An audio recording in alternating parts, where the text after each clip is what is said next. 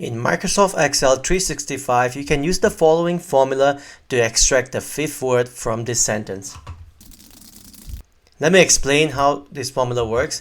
The text split actually splits this text into an array, and then the index actually acquires the fifth word or the fifth element from this array here, essentially pulling the fifth word, which is jump. That's why when I hit enter, you get the jumps. But can I use the same formula? I'm going to copy this on a clipboard on Microsoft Office. Let me pull out Microsoft Office here and try to use the same formula like this. You can see that that formula does not work. The main reason behind that is that in Microsoft Office, we do not have this function called text split. You can actually type here text. You can see only text comes up. There's no text split. So if that's the case, how can you get around it?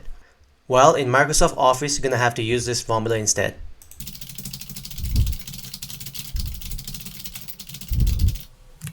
Let me break down the formula for you. The substitute ensures that each word is separated by a space.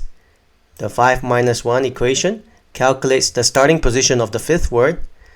The mid function extracts the fifth word. If you want the sixth word, you're going to change this 5 to 6. And finally, the trim function ensures that leading and trailing spaces have been removed from the substring.